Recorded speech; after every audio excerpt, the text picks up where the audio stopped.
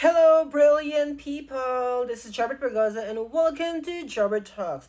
In today's video, ngayon niyo sabihin sa akin na madali ang buhay ng isang OFW. Remember, wala tayong kasama dito. Pwera na lang kung andito yung family mo, andito yung husband mo, andito yung partner mo. Well, you are exempted from this video. Pero kung ikaw lang mag-isa dito, well, ewan ko na lang kung sasabihin mo pang madali ang buhay dito.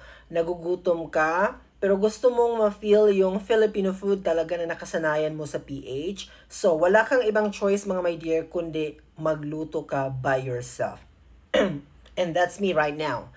So, gusto kong kumain ng masarap na pagkain ngayon. So, gusto kong magtinola ng manok. So, eto na ang ating mga ingredients. May manok ako dito. Meron din akong ano to? Capsicum? Meron din akong sili dito. Ayan.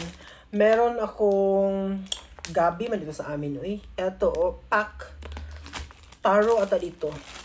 Tapos, meron din akong cabbage. And also have my mushroom na gusto kong ihalo talaga para mas lalong sumarap. At saka meron akong ginger here. So, ayan. So, ilan lamang ito sa mga ingredients na inihanda ko para sa aking cooking show today.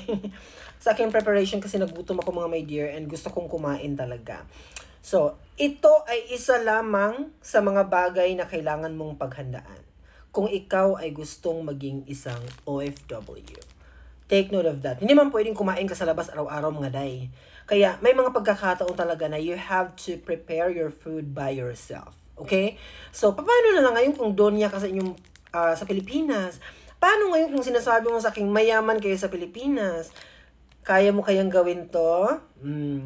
Kaya, wag maging mataas ha or mapagmataas ha. Pantay-pantay tayo ditong lahat. Kahit ano man ang posisyon mo, kahit ano man ang trabaho mo dito, OFW ka.